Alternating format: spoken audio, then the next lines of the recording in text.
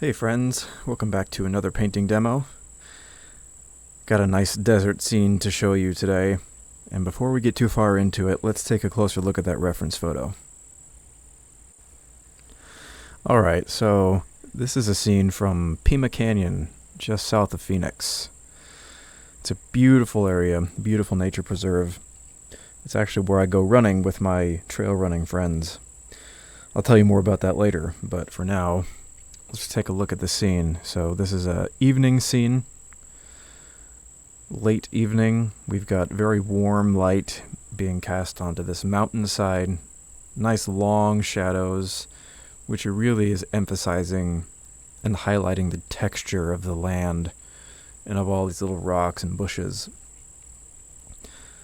Then we've got kind of in the middle foreground this really bright green bush that I'm going to want to make pop out quite a bit. And having that dark shadowed area behind that bright green bush is going to help with that.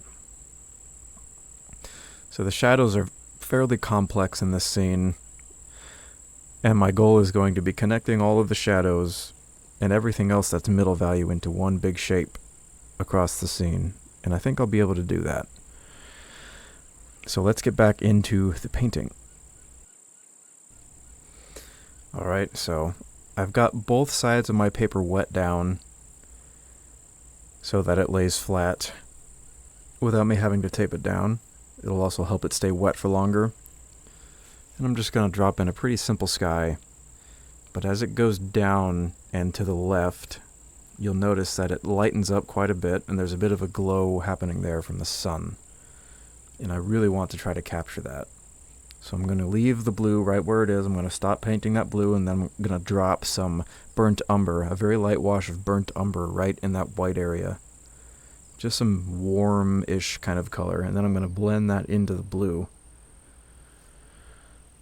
And that'll give me a nice smooth gradient, kind of indicating the sky is glowing. Now mixing up some warm colors for the hillside here. Just yellow ochre, burnt umber. Just a very light wash at first. Dropping in some green for those bushes in the background. I just dropped some cadmium yellow into that blue mixture I had on my palette for the sky.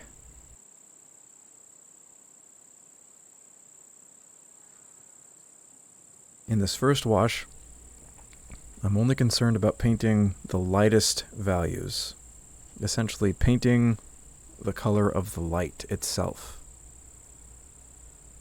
toning the paper and setting the stage for what comes after it, because watercolor is transparent, so the paint that you put down first will show through the layers that you put on top of it.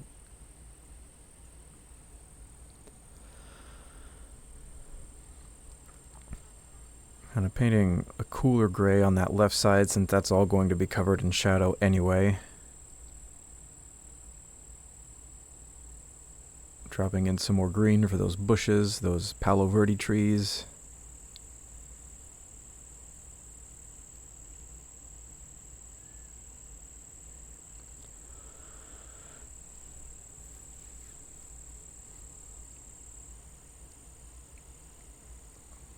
As I was saying before, this area is called Pima Canyon in the South Mountain Preserve. And this is where I go running with my trail running group. And it's always just the best scenery out there. It's hot as all hell in the summer, but it's worth it to get views like this.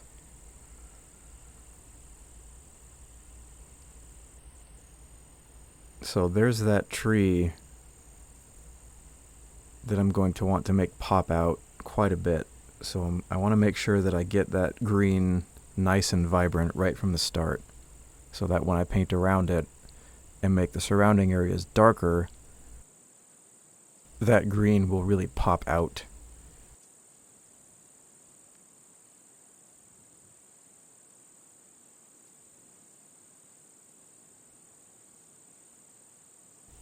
Phoenix actually has several different nature preserves right in the city, and there's hundreds of miles of trails that you can follow right within the city. It's really cool.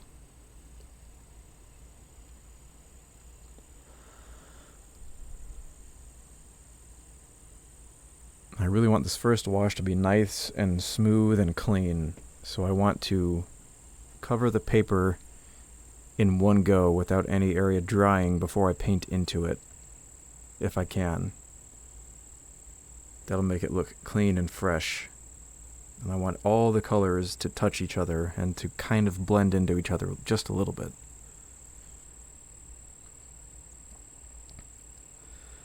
So that's the first wash done.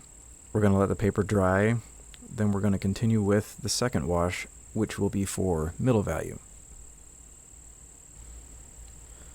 Alright, that paper is nice and dry, and we do want to make sure the paper is dry before we start this second wash.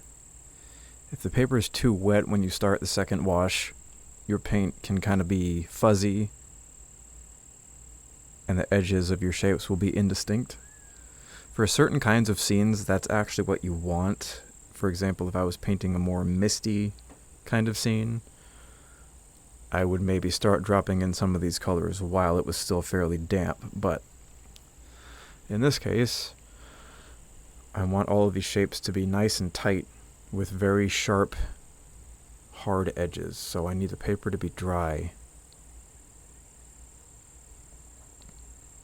And I've got a nice kind of slightly cool gray that I'm using for the shadow side of this mountain.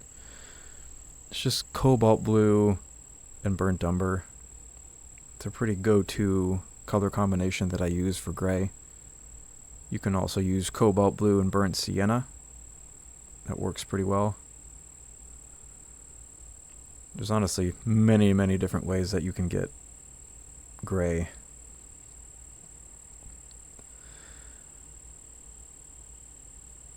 And I'm just kind of working my way down the side of this cliff, painting around those rocks that are being lit by the sun, trying to give the impression of the texture of that hillside without painting every single little detail.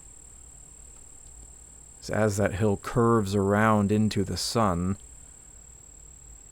you can actually see the texture of some of those individual rocks poking up, and I really love that effect.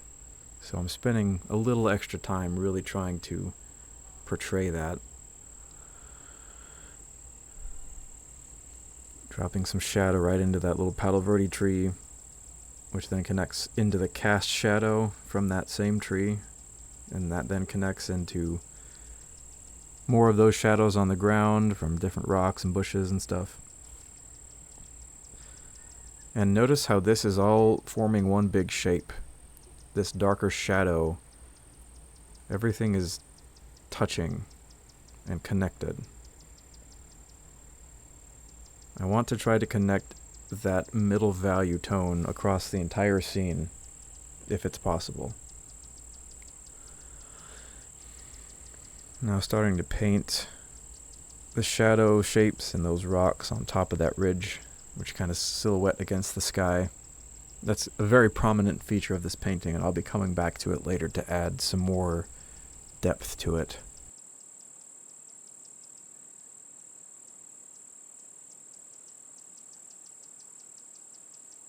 You'll see me kind of using my finger to smudge out the shape here and there. Don't be afraid to use your fingers. Get your fingers dirty. Your fingers are very useful tools when it comes to watercolor.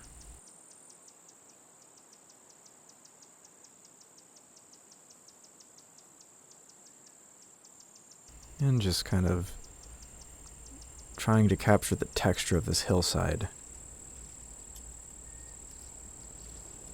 Dropping in some darker green for these Palo Verde trees with this smaller brush. Bringing the bulk of the tree down to the middle value tone and leaving a few areas of the tree lighter.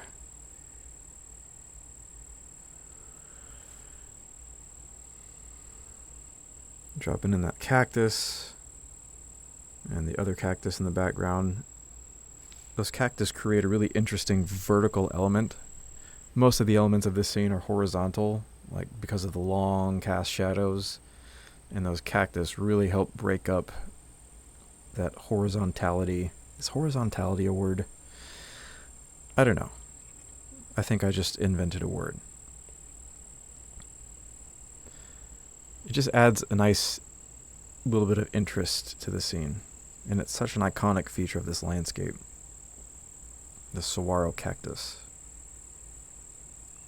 Only found here in the Sonoran Desert, nowhere else on Earth.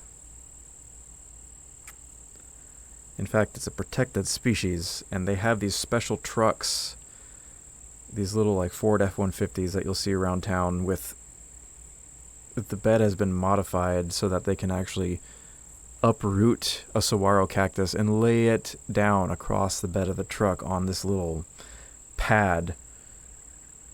They've got this device that kind of holds onto the cactus and lays it across the bed of the truck.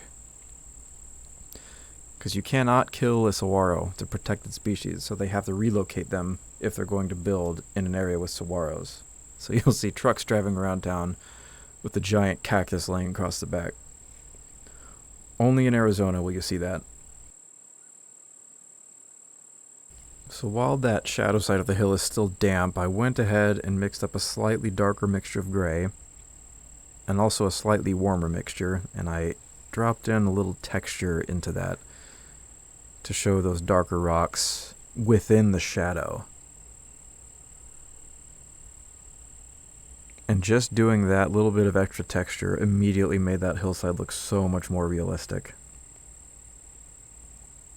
Now I'm starting to work the left side of the painting. Again with a slightly cool mixture of gray. Really trying to pay attention to where the shadow actually goes, what the shape of the shadow is, where those little patches of light are. You'll also notice that the shadows almost form these lines across the scene that kind of angle in an arc as they move up, right to down left. And that creates a really interesting sense of perspective. And it's something that unconsciously caught my eye when I looked at this scene.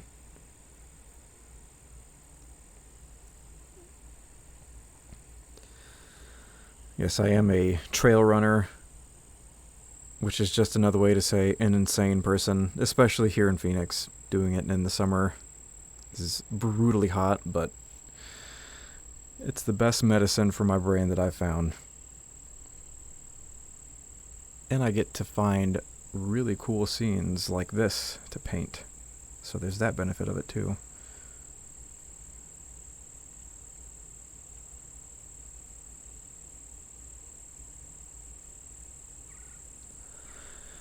Yeah, Pima Canyon is a very special place for me.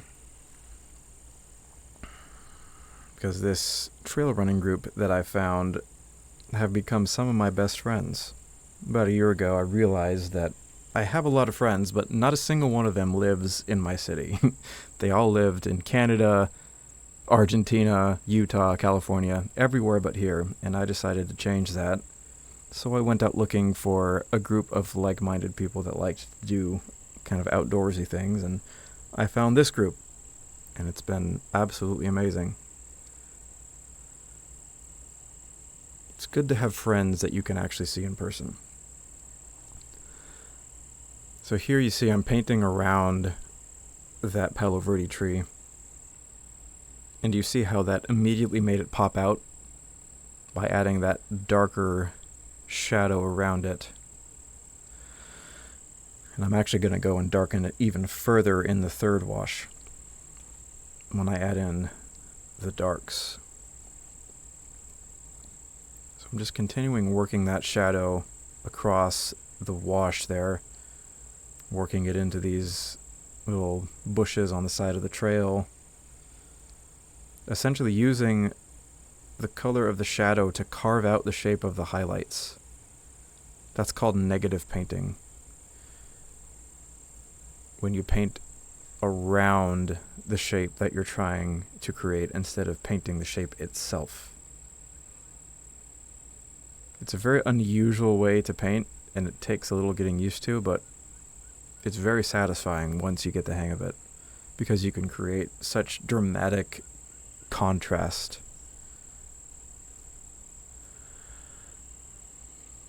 Yeah, using some dry brushing to kind of make the edges of those long cast shadows in the wash break up a little bit.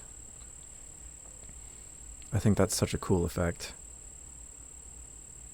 I really like painting long shadows, dramatic shadows.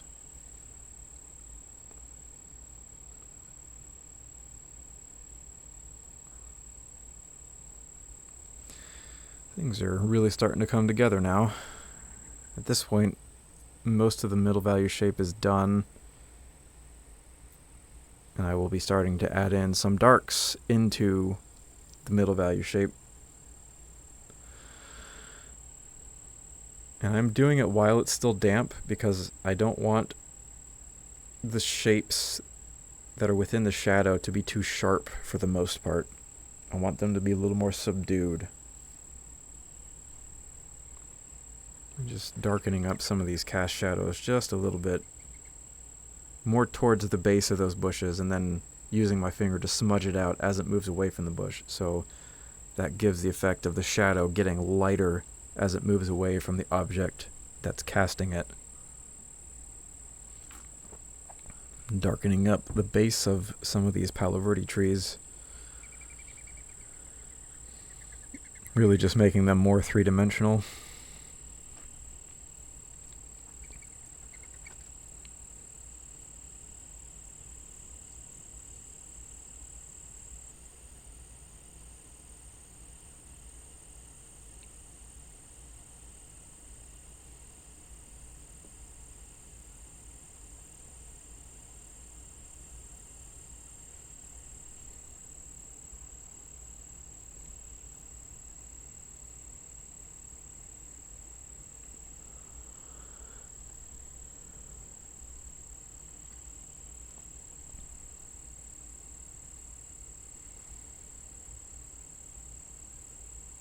Just adding a little texture to the edge of this path, this trail.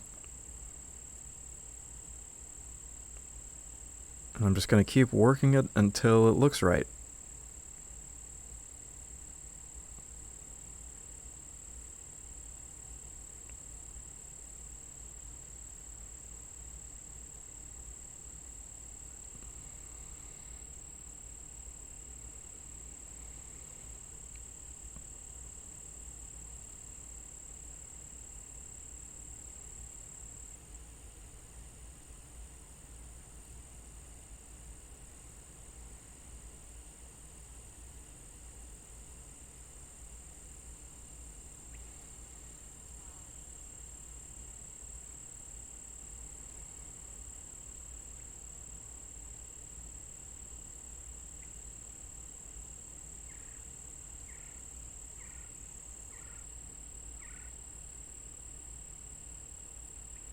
Adding some branches to that Palo Verde tree.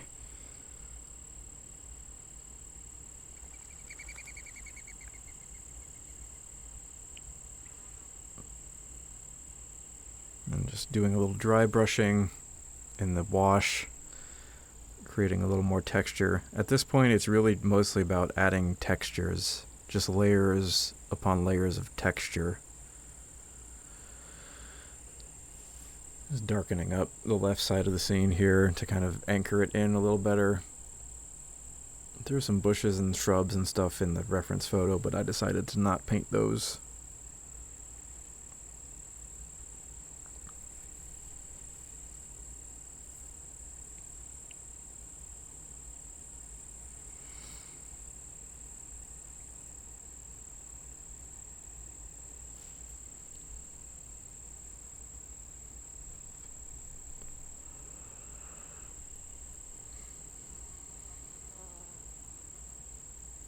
By the way, if you like the nature sounds that I use in my videos, I do record them myself. I've been doing it for several years now. And you can download them for yourself if you want on my Bandcamp. There's a link in the description.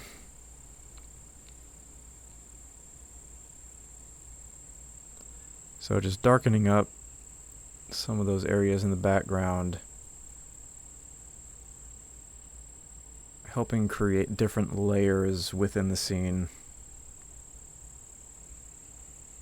Kind of different rows of trees going farther and farther back.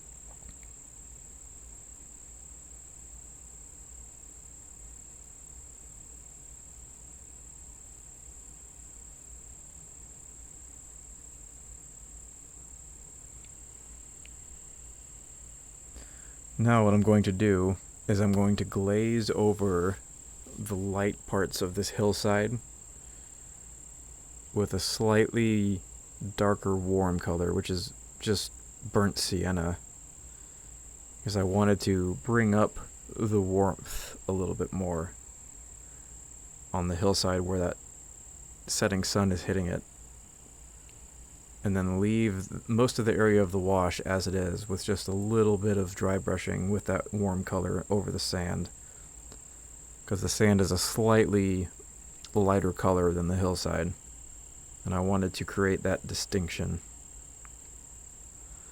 But if you're going to glaze like that, you got to make sure the paint is completely dry first, otherwise you'll pick up the paint underneath and it'll become muddy and smudgy, and you won't be happy. Really, at this point, it's just adding a few extra darks here and there, very sparingly. Just where I feel like things need a little extra pop. So I'm breaking out a very pointy brush, mixing up a very dark gray, and I'm going to add a few areas in these rocks to just exaggerate the texture and make it pop a little bit more.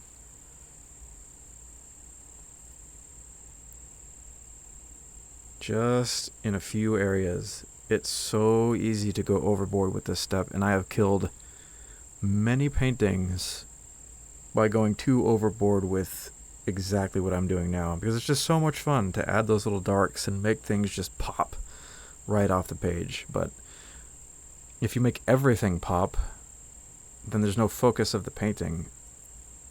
If everything pops, then nothing pops, you know? So use your darks sparingly, and don't kill your light. Just use it strategically. Like I wanted those rocks on the hillside, I really wanted to portray the texture of those rocks. So that's mostly where I'm focusing the really darks.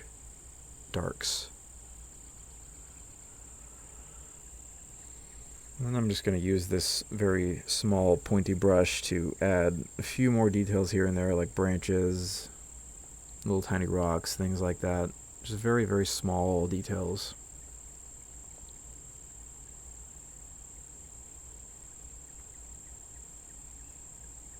And you can really have a lot of fun adding these teeny tiny little details.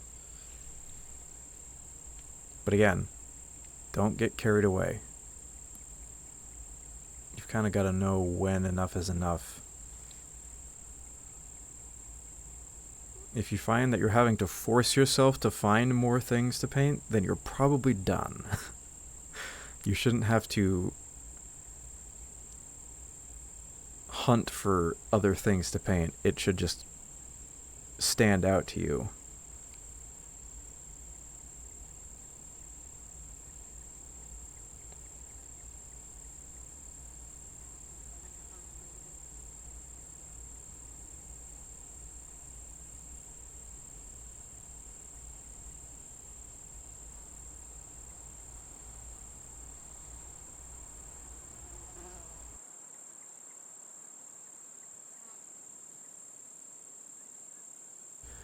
These really small details are what turns a good painting into an excellent painting.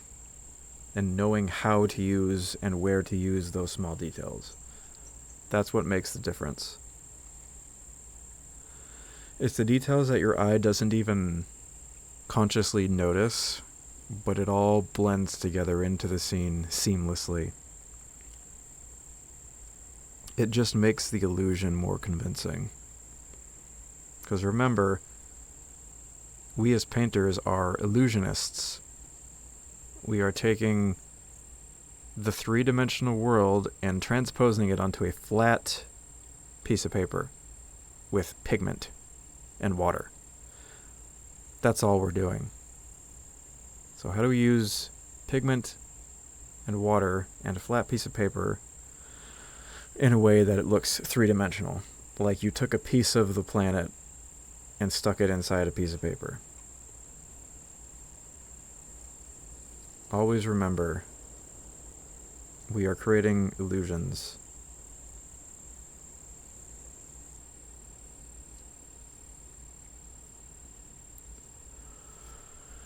Drop my signature on there real quick, and then we're going to get some gouache out and add just a few highlights here and there. And once again, with the highlights, you've got to be very careful not to go overboard. I would say even more so with the highlights than the darks. Just in a few spots with the highlights. Like some of these rocks, I wanted to make them shine a little more. I'll probably add a few branches here and there. It's nice to have both dark and light branches. It makes trees and shrubs look way more realistic, I found. Because some of those branches are going to be directly catching the sunlight. They're not all going to be dark. And then I'm also going to add some highlights on the lit side of those cactus, just to help them stand out a little more. Again, just these little tiny details makes everything so much more convincing if you know how to use them correctly.